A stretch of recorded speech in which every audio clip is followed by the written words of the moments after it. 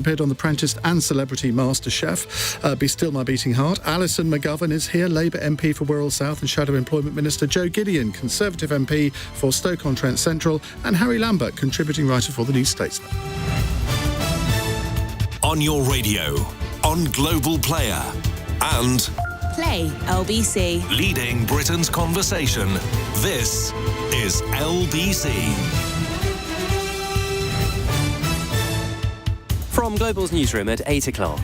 Rishi Sunak has called new migration laws a tough but necessary crackdown on small boats. The Prime Minister says the asylum system is overwhelmed, so he's determined to have those crossing the Channel removed quickly. MPs have been told the proposals would see those who arrive in the UK on boats banned from claiming citizenship. But Matilda Bryce from Freedom from Torture has told LBC Britain's taking fewer refugees than many other European countries. The reason people take dangerous crossings because they don't have alternative routes. And it's not a crime to seek asylum, and it's also not a crime to come to a country where you think you have the best opportunity of rebuilding. In the past few minutes, we've heard all planned strikes on Network Rail have been called off after the RMT got a new offer from the company. The union was planning 4 walkouts in the next few weeks. It says further updates will be given on all aspects of the dispute in the coming days. A flat fire in East London has left an 11-year-old boy dead and 4 other people in hospital. Police say the blaze in Barking this morning doesn't appear to be suspicious. 2 coal power stations have been fired up to keep Britain's lights on. It's to keep up with demand during the cold snap. In the city, the FTSE 100 has closed down 10 points at 79.19. The pound buys $1.18 and €1.12.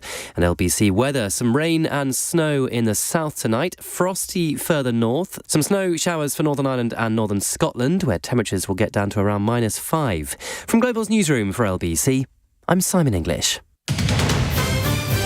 This is LBC. From Global, leading Britain's conversation. Cross Question with Iain Dale.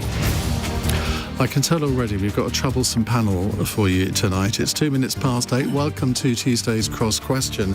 Joining me in the studio, to my left, Gideon, Conservative MP for Stoke-on-Trent Central. She's one of the Conservative MPs who's actually standing down at the next election. I'll ask her about that in a moment. Next to her is Harry Lambert, contributing writer for the New Statesman.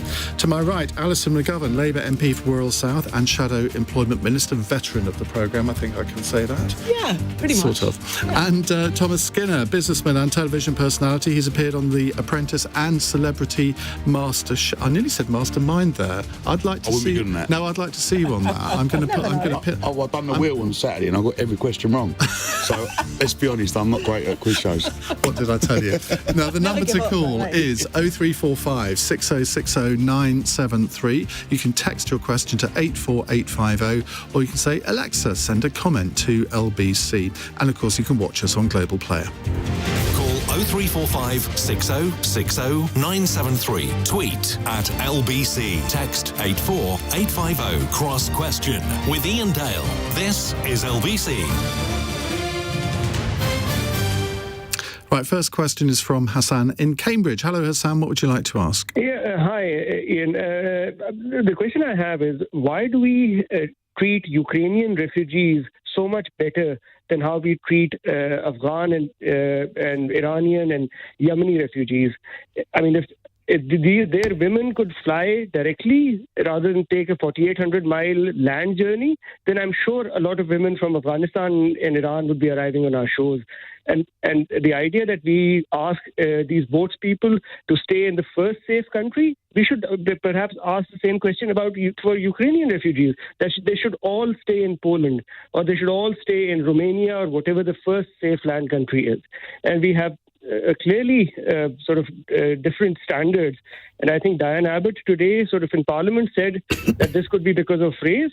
Unfortunately, I agree with her. Does the panel? Okay. Alison McGovern. My hope when we had the Ukrainian refugee scheme was that the government would learn from some of the inadequacies of what has happened in the past. And Hassan mentions people coming from Afghanistan. And I think all of us who as constituency MPs raised cases and issues with the way that people coming from Afghanistan, many of whom had served our country, were treated, were really concerned. And I think we've got to look at this and come up with a proper system. Today in the House of Commons, we heard from the Suella Braverman, and I just didn't hear what I wanted to hear, which is that we're going to tackle the criminal gangs that are at the root of the channel crossings that, Hassan mentioned. But I think, we should learn from the Ukrainian scheme and try to create a better system where the government has control and where we're not lurching from crisis to crisis, trying to deal with it without proper, relationships and partnerships with other countries. Is Diane Abbott right to say that it's because of race? I hope not. But, you look at the way that people are treated in the world and, we know it's not good. Let's have a proper scheme, I would say, where for those people who need to come, think back to the Syrians and the way that we made promises that we would look after people who were victims of that terrible conflict. And I'm afraid there were too many Syrian civilians who had a dreadful experience. And I think we need to look at this and say, OK, we've got to... But there is a safe route for Syrians to come here, isn't there? Yeah, but it wasn't administered very well at all. And I have to be honest, there were vulnerable Syrians in camps who I think thought that the UK would offer them refuge, and that scheme just didn't work well, and they weren't able to make it, and the organisations who were supporting them felt very let down by that. So actually I do think we need a proper system and to learn the lessons of the... Sorry, Ian, I'm gesturing, sorry. I get very aggravated about this because I know what people went through. And I think Hassan's right. We've got to look at how the different schemes have functioned and try and make it so that our responsibilities to the world are lived up to. And I hope that cannot be a party political thing. That can be something that everyone would sign up to. I should explain that when panellists get very animated, they sort of bang the desk and it reverberates through the microphones. I get complaints. I'm very sorry. I usually say at the beginning of the programme for people not to do that, but I didn't do that today, so it's not your fault, it's my fault. Harry Lambert. So Hassan talks about Ukrainians staying in Poland. I think it is important to mention that Poland has taken in 10 times as many refugees. Literally, I was just checking the stats from Ukraine than the UK. So look, this is a European war. This is a crisis. We've got to respond to it. I don't think it's unreasonable that we've had a priority scheme for Ukrainians, and we've done, as I say, a minority of the burden sharing here. There are bigger questions to ask around the announcement today and whether that can really solve the crisis, but I don't think we should be pointing the finger at Ukraine. Do you think that Diane Abbott has a point here to say it's because of race? That I don't think it is because of race. I think it's because it's a European war. I mean, I wouldn't call that race. I'd just call that Europe. That's it's a landmass that's near us, and we're living. Every European country has experienced the consequences of that. Joe Gideon. Yes, I agree. I think the key thing about the support that we're showing for Ukraine is that every Ukrainian I've met, and I've met quite a few in recent months, want to go home. So we're talking about a different sort of situation where this is an emergency help over the last year for a terrible situation for a country where, as you rightly said, it's on the European continent, it affects us directly, and we had no alternative but to act in the way that we did. And I think to compare Ukrainian refugees with other nations would be wrong in this context. Thomas Skinner. Yeah, I don't think you can compare sort of, one country to the other country. I just think, look, if I was in a war-torn country, I would want to get out there and get as far away as possible, and you can't blame anyone from doing that. Do you know what I mean? But that's a really good point, because they're only doing what we would all do if we were in the same position, and sometimes we lose sight of that, don't we? I do slightly disagree with Joe in that I think that most refugees want to go home. It's highly dependent on what they fled from. And, these are uncertain situations and we don't know, but as, Harry said, geography also plays a part. Most refugees will be hosted close to where they have fled from. I suppose the question for the UK is, what difference can we make? And I think if we have a good system, often the difference we can make is because we're very good at logistics and we're very good at humanitarian assistance. So we can play a particular role in relation to conflicts. Again, forgive me, I think of Syria in this context. We could play a particular role because of our expertise in humanitarian rescue. We've got to get the system right because this problem isn't going anywhere. Yeah, conflict in the world is not stopping anytime soon, I'm afraid. I just think the problem we've got is there are so many criminal gangs that are taking, you know, they're planning lives of vulnerable people who are desperate, and that's the problem. And I think the government just needs to make up a better plan. Why do you think it is? We were talking about this a few moments ago in the previous hour, that clearly the authorities, whether they're here in France, in Belgium, they must have a good idea of who these people are. Why don't they just arrest them? Because they must surely have the evidence to do so. I think they must know exactly who they are, but I think it's sort of once it gets that far, they're sort of putting the problem onto someone else. You know, why should we have to deal with it when? I think that's the long and short of it, if I'm being honest with it. OK, Hassan, thank you very much indeed for your question. Let's go to Maya in Tottenham. Hello, Maya. Hello, I just wanted to ask, no conflict is permanent, so why should residency be permanent?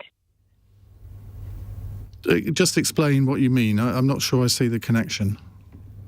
Well, no conflict is ever permanent, so why should people who claim asylum get permanent residency? Should there not just be a case where they only stay in the country for a few years or until the conflict is over, or they go to another part of the country, another part of their own country where there isn't a conflict? Joe, do you know the answer to that? It's a tough one, isn't it? So I don't know the answer. What I will say is I've been this year both to Lebanon and to Israel, and to see the situation with the Palestinians and Syrians. These are conflicts that have been going on for decades, if not centuries. And so, you know, when do you decide when the conflict is over in the Middle East? I mean, there is no simple answer. And if you allow people to come to your country and to settle, if they have genuine refugee status, then they often have families, they have children, the children go to schools, are educated in the UK, and it becomes their home. And so I think at that point, to suggest that, you know, after a number of years they should be sent back, as your listener suggests, I think is wrong. I mean, not everyone is given permanent residency, are there? I mean, it's often 2 years, 5 years. It takes a very long time. And I think it's somebody I know who was an asylum seeker from Sri Lanka. Yeah. I think he was given a 5-year leave to remain and then had to reapply. Yeah, it takes a very long time, and it's a very complicated process. And I would just add, in addition to what Joe said, that, you know, I think we all know this, the history of our country is full of people who have come to Britain because of conflict and who've contributed incredibly to, you know, our public life and to our culture and to, you know, the things that we've achieved in this country. So, you know, of course, as I said before, refugees want to go home. It's dependent on the thing that they fled from, whether or not they're able to. And also, in our country, because we have welcomed refugees, we have been a stronger and better nation, in my opinion, and I think our history shows that. Just on that, I mean, my name, Lambert, is Lambert, which I think goes back to the Huguenots fleeing in the 1590s. So, you know, maybe I should have returned. See, I always thought Lambert was a little bit of a boring surname. Now you're glamorising it. But also, just on that, the Ukrainians, they do only have 3 years under the 3 year leave to remain, I think, under our scheme. Just a quick text here from Alison Wickham, who says, Iain, maybe your questioner might consider that not many Ukrainian men have come here. They're staying to fight for their country. A point well made. Just to finish off on this, going back to the race point, some people find it slightly ironic that you have a Home Secretary and a Prime Minister who are both of Asian heritage and yet coming out with the most sort of right-wing immigration policy that this country has ever had. It's slightly incongruous, isn't it? Joe? So, of Asian heritage, but both British, and both elected on a mandate, quite clearly, to make sure that we have our control of our own immigration policy. Which for too long has not been possible. So, the Brexit mandate, effectively, is something that was pledged at the general election, and they're just enacting the manifesto, basically. And Thomas, when you're meeting people all day, every day, I mean, is this a subject that people talk to you about? Not really. Honestly, it's not. I mean, it's not. The biggest thing that I talk about is obviously food shortages, which have been terrible at the moment. But immigration isn't really it isn't really. Because we're led to believe that this could decide the next election. I mean, but not where you're active then. No, look, I work on market stalls every day of my life, and I deal with hundreds of people every day, and it's not the talking. I'll be honest with you, it isn't the talking subject of the streets of what everyday person's talking about. It's not. Is that in London though? That's everywhere. I work nationwide. I'm all over the country, so it doesn't seem. He's everywhere. He gets everywhere. In a day. I'm in Leeds, Liverpool, like every other day I'm somewhere else, and it doesn't seem to be to me what everyone's talking about. Okay, well, we've talked about it for 15 minutes. We'll move on to another subject, seeing as you don't want to talk about it anymore, Thomas. 0345 6060 973 is the number to call here on Cross Question. It's 8:15. LBC.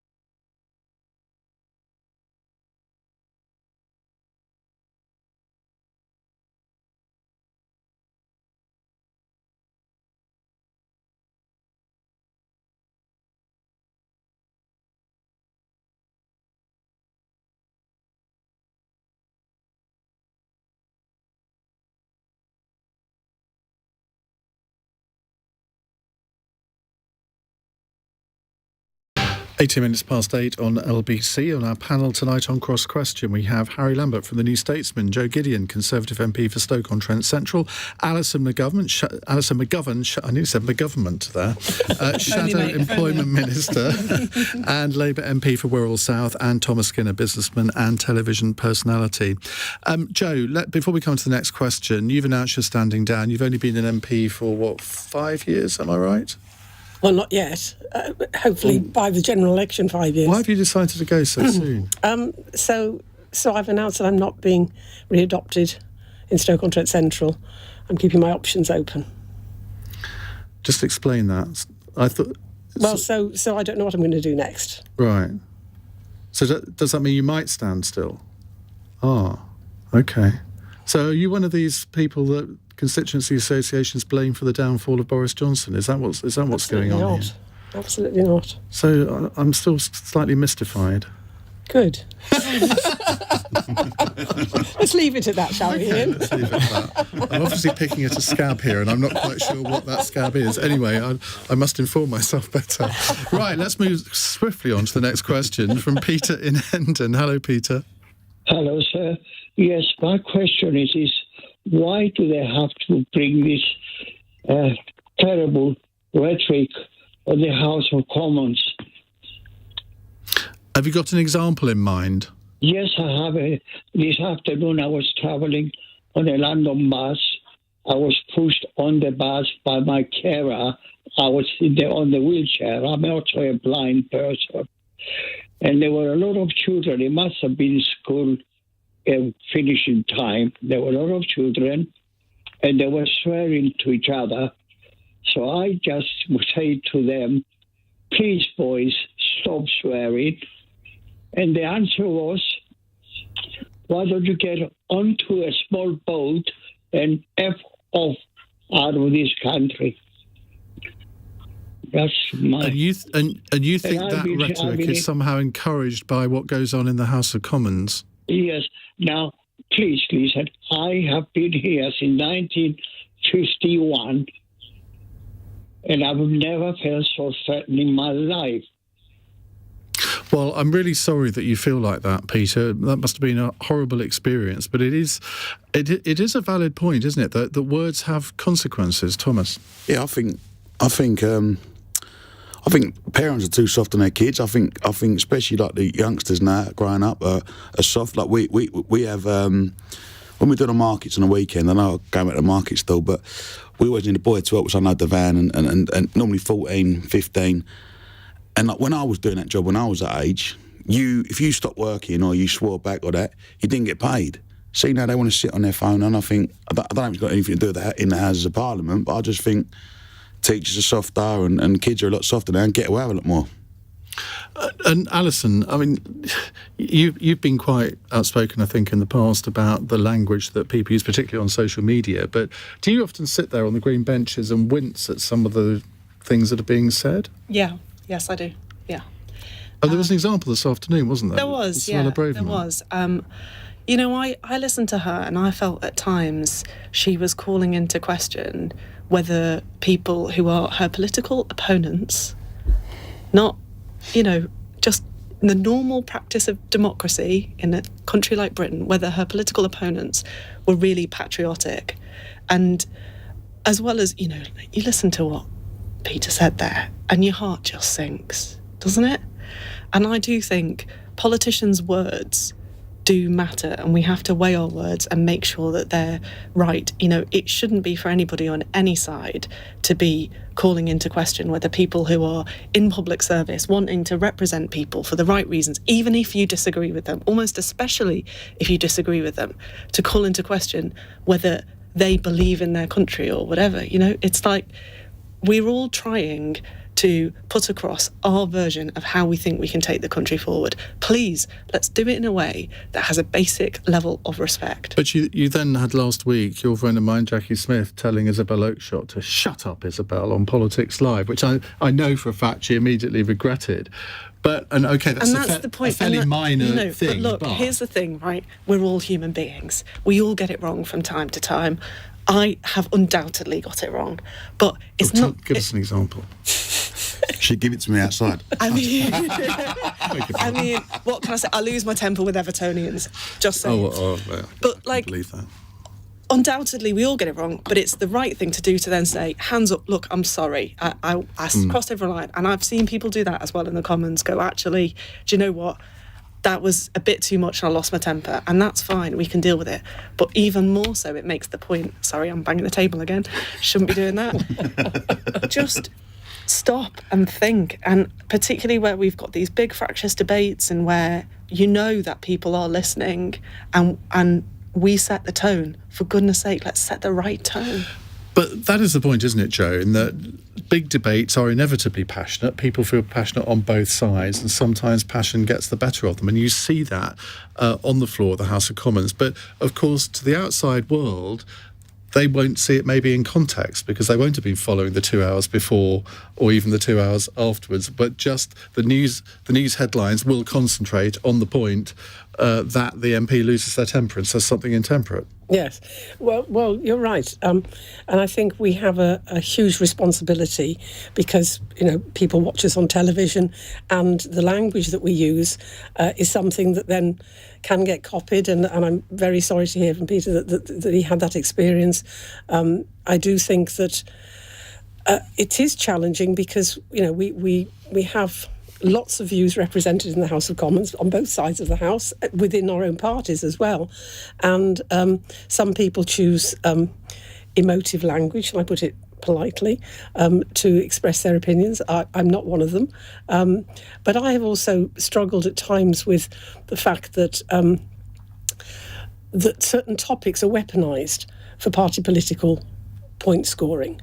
And then people who want to just make the argument and make a sort of fair argument and have the debate find themselves basically sort of almost portrayed as villains. And that is very tough when you truly believe in whatever the topic is. And it applies to both sides of the House, I think.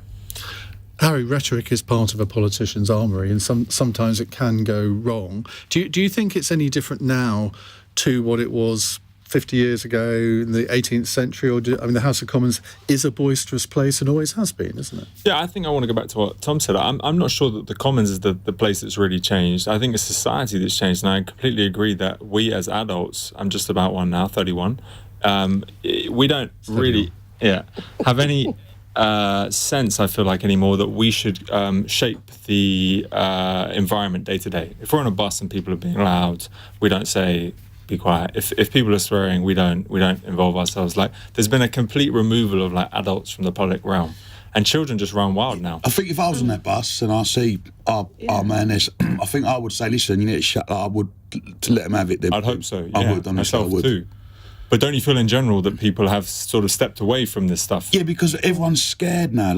Like everyone is scared. I've got mates 6'5" bodybuilders that train in my boxing gym every single day that don't like getting on trains at night because they know everyone's carrying a knife. Do you know what I mean? That's how bad London's got. Mm-hmm. You know what I mean? And that's the problem in the day of it, is everyone is scared that someone's going to stab them or do something to them or rob them, and that is the problem that we've got. And it's worrying. Like, especially I'm out. Even like, it wasn't long ago. I was on my market stall just before Christmas. I had a lot of money on me. We took a lot of money, and we had 4 people surrounding us. We was all right, but like that happened to us. Do you know? Like, people don't understand how bad it's getting out there, and no one. These kids are growing up in broken homes, or whatever's going on there, but no one's hard on them and telling them off, and that is why they a lot of kids are the way they are. And that's me being honest.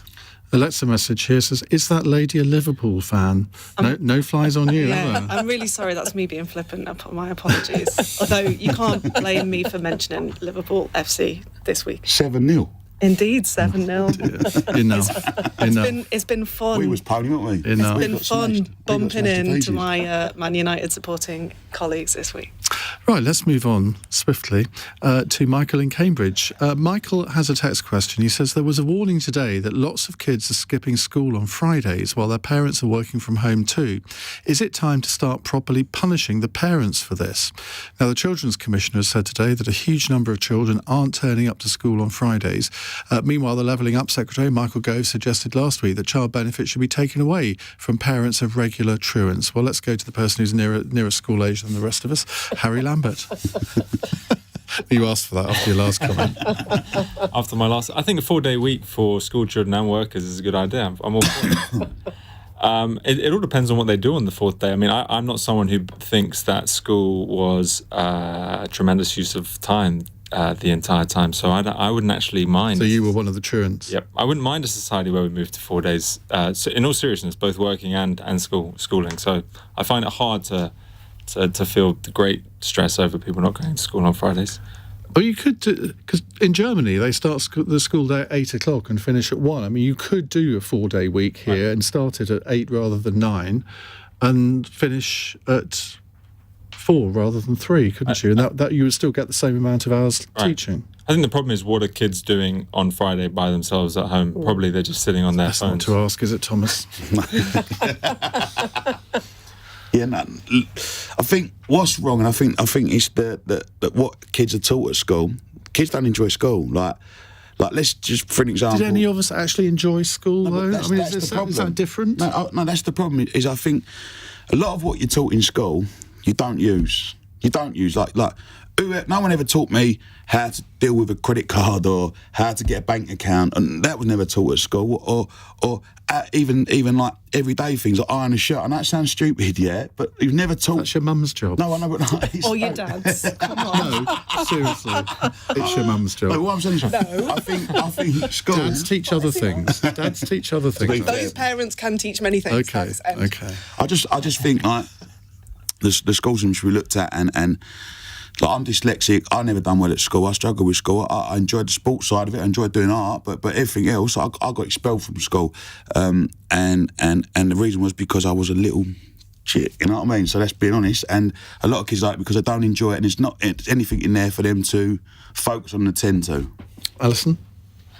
Well, I think children should be in school, and if like lockdown taught us anything, it's that, you know, there's the social side of it as much as anything else. And when you say like, did any of us really enjoy school, like actually I think there's lots of things that are enjoyable about school if you get to do them. So one of the things that really worries me at the moment is the lack of music, sport, drama and things like that, where we seem to have really constrained what schools do.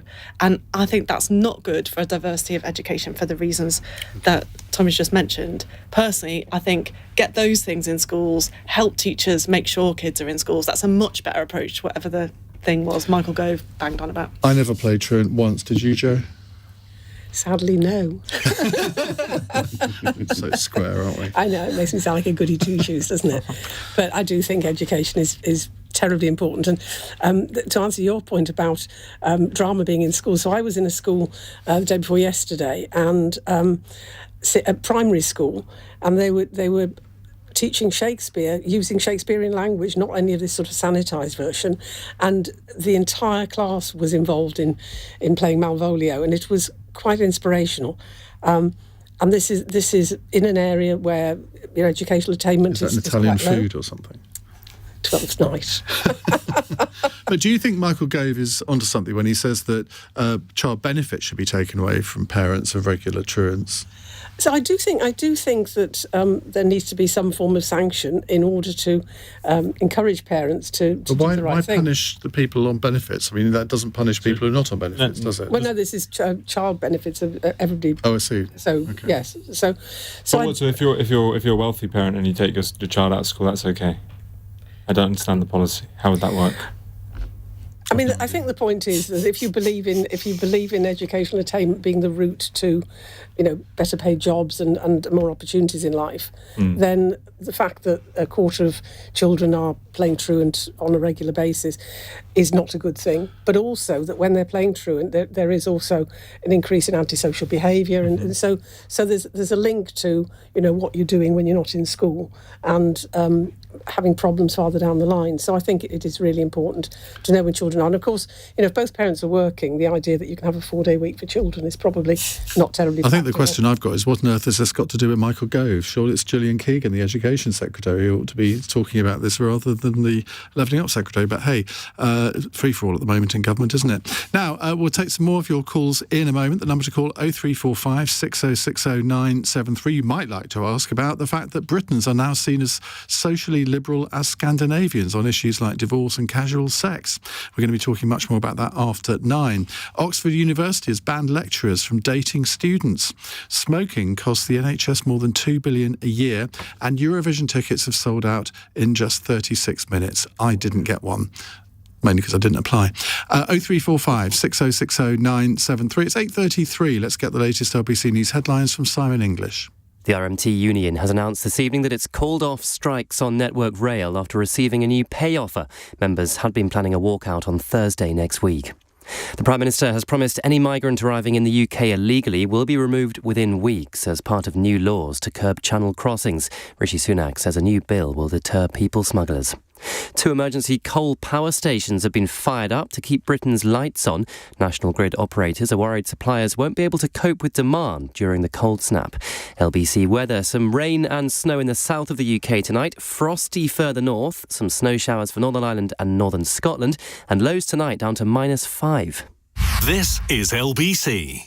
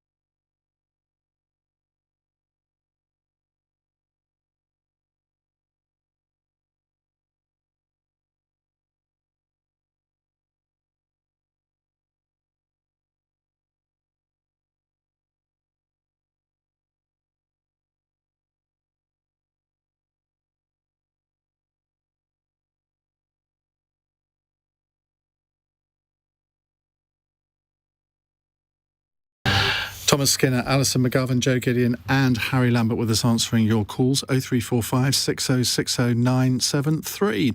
Sarah is in Aylesbury. Sarah, hello. What would you like to ask? Hi, good evening, Ian. Hi. Is it unavoidable that the NHS's problems will eventually mean that we will all need private medical health insurance? Harry, I'm sure you've written about this subject at length in the past. God, I hope not. I'm not sure. I'm not sure I'd get insured with my various conditions. So I hope the state will continue to supply us all. Is there sort of a second question here, which is, should some people be on private healthcare? Why do you say that? Well, I mean, it's almost untenable, her scenario where everyone has private healthcare. So what is it you really are asking? Well, it happens in other countries, doesn't it? That we all have private healthcare? I mean, in Germany, it's effectively a pseudo-private system. Now, there's all sorts of restrictions on the amount of profit that companies can make, but you have to have health insurance with somebody. Right. Well, I mean, and you'd almost say that our system's pseudo-private if we're going to have a detailed examination of all the healthcare systems. But what is the core of the question we're asking here? Well, should we change the NHS? Should we get rid of it? Well, no. Is it unavoidable, given the pressures on the NHS, given the fact that you can only spend so much money, presumably, on the NHS because there's all sorts of conflicting priorities for government spending. Mm-hmm. In the end, if we're going to get the healthcare that we want, we're all going to have some sort of private healthcare as well. I think that's what Sarah means. Well, for me, I would try and address the long-term drivers of our spiralling healthcare costs, but we're very bad at facing up to those. We're sort of embarrassed to talk about some of those drivers because it's seen as socially difficult to raise some of the drivers. I mean, talking about things like obesity, for instance, is obviously something that's spiraled out of control in 40 years. We find it very hard as a society to work out what to do about that. Joe? Yes, I've talked a lot about obesity because the Don't cost look at me when you say that. I'm trying not to look at anybody, especially myself. But that's the problem, isn't it? My constituency is like 67% of all people are obese or overweight, and we all struggle with weight. But if you look at the type 2 diabetes and cancer and heart disease and all these things, you're more prone to them if you're overweight, but we don't tackle it. And I think the question of whether the NHS can afford to treat everything or how the money should be spent is a really interesting one. I would invest far more in prevention, and I think we need to face up to that. Public health education needs to cover these things, just as we have with smoking. Obesity is something that we all know we need to tackle, but we need government to help us as well. But you've got this statistic out today that says that smoking costs the NHS over $2 billion a year. Well, there's a simple answer to that: ban smoking, I suppose.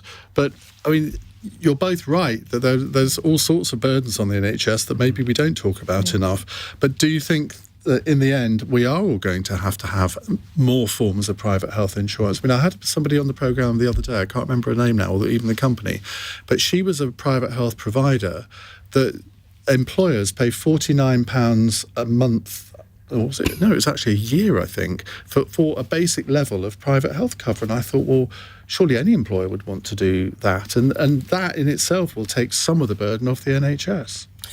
So, I mean, the interesting thing about the NHS is that we talk about it as if it's all not privatised, and yet all GPs, or pretty much all GPs, are private businesses that are funded through the NHS. So the question really isn't whether it's private or public sector. The question is who pays for it.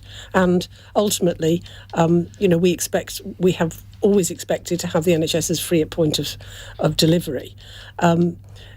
I don't think it's realistic to think we can solve every ailment and treat everything indefinitely. With all the kind of the long-term chronic illnesses that people have, and if we don't address the prevention piece, continue to fund that indefinitely.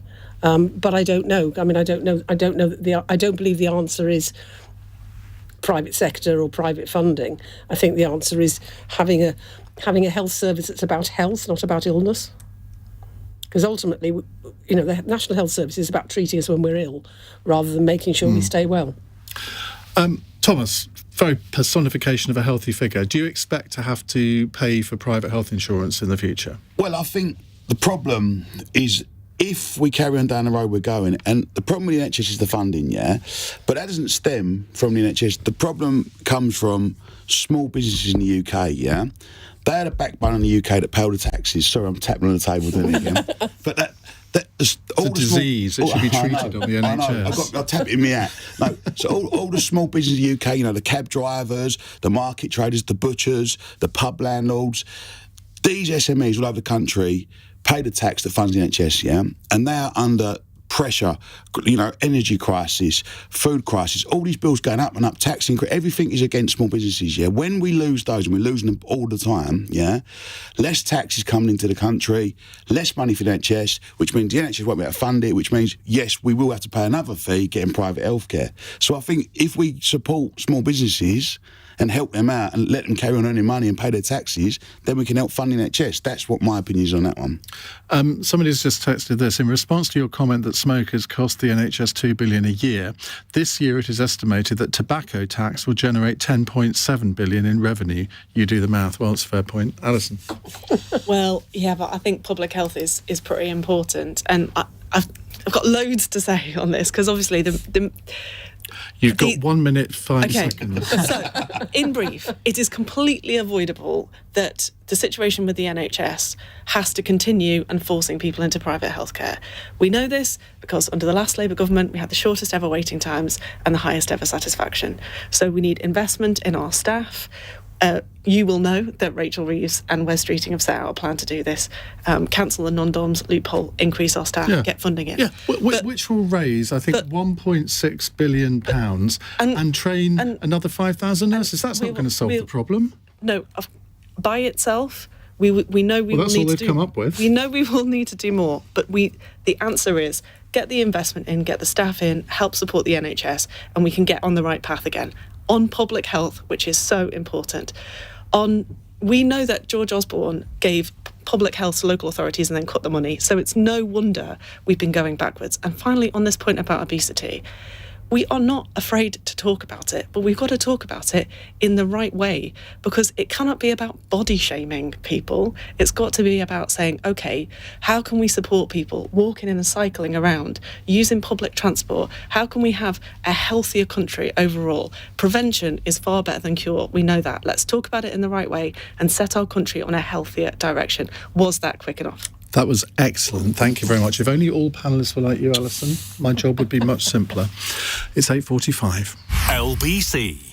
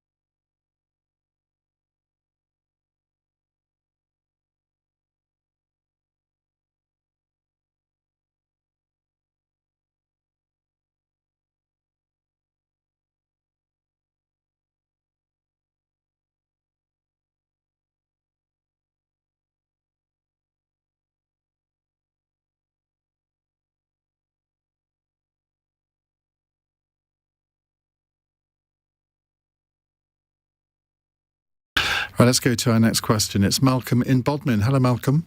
Evening, Ian. Evening, panel. Does the panel think that Rishi Sunak should stop Boris Johnson's resignation on his list? Well, the whole thing? I would or have just said, bits of it? I would have said bits, but let's go with the on his list. Given that the precedent here, I'll end it there. Because the precedent is that any Prime Minister who leaves office then compiles an honours list, and it's usually, I think, about 20 or 30 people. Boris Johnson's is rumoured to be 100 strong, including his father, either getting a peerage or a knighthood, depending on which newspaper you read. And Alison, let's start with you. I mean, I think honour should be dealt with in a proper way. But I mean, if I was Rishi Sunak, I wouldn't be taking Boris Johnson's calls. Would you? I mean... Apparently he did speak to him last week to basically tell him to shut up on the Northern Ireland Protocol. I mean, fair play. Like, it's just... you know, I think the least said from him, the better. But in terms of the concept of a resignation honours list, do you think that it has passed its sell-by date, or do you think, no, that ex-Prime Ministers have a perfect right to say, well, look, these people really helped me through however many years I was Prime Minister? Look, I want people to be celebrated in our country, and I think there should be a proper way of doing that, and, you know, particularly... Like, I think some of the reforms to have more ordinary people on those lists have been a good thing. Above and beyond that, really, you know, is a bit beyond my pay grade, never having been Prime Minister myself. Almost certainly never. But, like, actually... I think Liz Truss probably said that. Did she? And don't we wish it had been true, eh? But I think the reality is here, is, as you said, it's like Boris Johnson... you know, over-egging it again I think we've just had enough of the Tory party psychodramas, haven't we? Well, also on this, and Boris, I remember it well, the week he resigned, he sort of got away with it by resigning because he was going to be thrown out on the Monday, probably. And I think if he had been thrown out by the party in the second vote, we wouldn't be talking about him having a resignation on his list. No, we would. Well, he would still have one. You're right. And every Prime Minister has. No, you're absolutely right. Let me correct myself. We would be having this conversation with a slightly different focus, which is to say, would be even more inclined to say that Rishi shouldn't indulge it. And I think we should act like Boris was thrown out by his party because he was thrown out by his party. But then so was Margaret Thatcher. And you mean she's still got an honours list? Yeah. Well, we should definitely cap it. It shouldn't be 100 names. Well, of course, we don't know that it's 100. That's what's being speculated. And hey, maybe your family shouldn't be on it. I think that is... We could have a couple of rules. Yeah. I mean, Joe, would you agree with that? That possibly your father or your sister possibly shouldn't be on an honours list? Well, I certainly think that an honours list should be reflective of people who... And Rachel, if you're listening, I mean it with love. Who have served the country and I guess served the Prime Minister, and it is a tradition, so you know we have to respect that, but the length of it I think is questionable, and if it's true, obviously we've only heard reports, and I do think that you know the whole kind of honour system is probably due for an overhaul. But it's just another tradition that Johnson's abused. It's a good chapter of government. Thomas. Look, whether you like Boris Johnson or you don't like him, he still was the Prime Minister. Yeah, he still was one of the most powerful people in the world when you think about it. It's a tradition, like, just let him have his honours. What, including his father? Yeah, just let him do it. What's it? Just let him have a go at it. Let him do it. What's it? Just let him do it. Get on with it. Take your honours. People who served our country. I mean... Is there any limit to what we should let him do? Look, we've done lockdowns, you know what I mean? Just gets away with all of it, doesn't he? Any particular honour that you have your eye on? Hopefully give me one for eating a big breakfast and then have cafe in the morning. I think OBE... Are you on the list? Yeah, I'm on it. Is that what it is? I'm on it, yeah. No, of course I ain't. I think OBE, which stands for Other Buggers' Efforts, basically. Right, let's have a text question from Shelley in Bolton. Have we as a society become too liberal? I mean, this is what we're going to be talking about after 9. There's this newspaper article today which says basically we are now as liberal, if not more liberal, than the Scandinavians. So we have a much more liberal attitude to all sorts of social issues, divorce, abortion, sex, euthanasia, than almost any other country in the world apart from in Scandinavia. Have we lost sight of what the word morality means? Thomas, kick us off. Yeah, no, I think we do actually, because I'm married, I've got a little boy, I've got twins on the way. Have you? Yeah, I'm really looking forward to it, can't wait. Only in June. So I've got two more hammers, excellent. 2 more little hammers, I've got to buy 2 of everything now as well. Nightmare. But I think we have, look, you know, if I was sort of going, whatever, I'll be getting divorced, so just got to be good, haven't you? You've just got to be good, Alison. I don't think people want politicians telling them how to live their lives, so, you know... Well, the church isn't doing it anymore, so surely someone's got to. No, because I think I don't know how people define liberal, but I think accepting people for who they are has been a good thing about Britain. I think it was even, under the Tories, I remember when they brought forward same-sex marriage, and there was cross-party agreement in the House, and there was a sense of we've got to be accepting people for who they are and celebrating our difference. And I don't know whether that's what people mean by liberal or not, but to me that's a society that is listening to people and understanding people where and who they are, and I take that to be a good thing. But my mother's generation were brought up that sex before marriage was wrong, divorce was something that was shameful. I could go on. Now, those were the morals of 40, 50 years ago. Things have changed very, very quickly, actually. If you think about it in sort of centuries, over the last 20 or 30 years, things have changed hugely in this country. But there'll be many people who think that the so-called permissive society has not led to a better society, Jo. Thank you. Anytime. So, if by liberal we mean tolerant, I think that's a really good thing. And I do think that we, as a society, have come to accept values that we don't necessarily share. I think that's a good thing as well. But I think the underlying knowing what your own values are has become more difficult, because in my parents' generation, as you say, the church traditionally had a much bigger role to play. And so, I think faith is still very important, but faith is plural in this country now, and sort of multiculturalism, I think, is a good thing.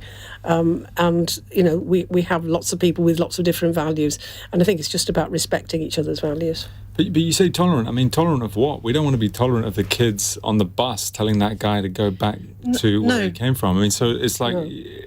I do think that, I completely agree. Obviously, I grew up in a world where, under the social liberalism of New Labour, where these matters felt like they were settled, and with the morality I was taught, it was like these weren't even questions, the things you were referring to. But I do think, going back to what we were saying earlier about the public realm and the world you now encounter in society day to day with children and teenagers, we've become so liberal that it does feel like people just say what they want, do what they want, often abuse people in the street, and we don't really have any code. In the end, it's the difference between right and wrong, isn't it? So I think that when I was growing up, your parents taught you what was right and wrong, your teachers taught you what was right and wrong, but you had these other elements of society that maybe did as well, which maybe we don't have so much now. I honestly think that that's still the case. When I visit primary schools, I'm very struck by the social issues that they're discussing. And, we often do I encourage them to do a debate or whatever. And I went into one primary school recently and they wanted to debate the war in Ukraine and, what our response should be to such a horrific thing. How do you do that? Well, in a primary school, I tried to the best of my ability. Oh my goodness! I tried to help them think about it, but obviously their teachers were encouraging them to think about the really hard things in life. So I do think that there is that shaping by parents and schools and others still. And I think that if we have become more tolerant of difference, that doesn't mean we haven't got a strong moral sense, because I think you see the way the country reacts at times to horrors in the world, and I think there is a strong moral sense in this country. Well, we're going to be talking about that in a few minutes' time, so if you've got some strong views, do give us a call, 0345 6060 973. Now, our fun question at the end, which is going to horrify Harry, I'm afraid, is from Gemma in Glossop. Millions of us missed out on Eurovision tickets after they sold out in about half an hour. If you also didn't get one, will you be dressing up at home to watch it? If Eurovision isn't for you, how will you be spending that huge Saturday night in May instead? Now, Alison, we've got to start with you because it's sort of over the water from you, isn't it? Yeah, it's in Liverpool. Does that mean you get a ticket? And no, it does not. My brother is a massive Eurovision fan. I am not the world's biggest Eurovision fan, but obviously, being from Merseyside, I am absolutely convinced that Liverpool will put on the most fantastic show for Ukraine. Well, I remember in 1997, when it was last held in this country,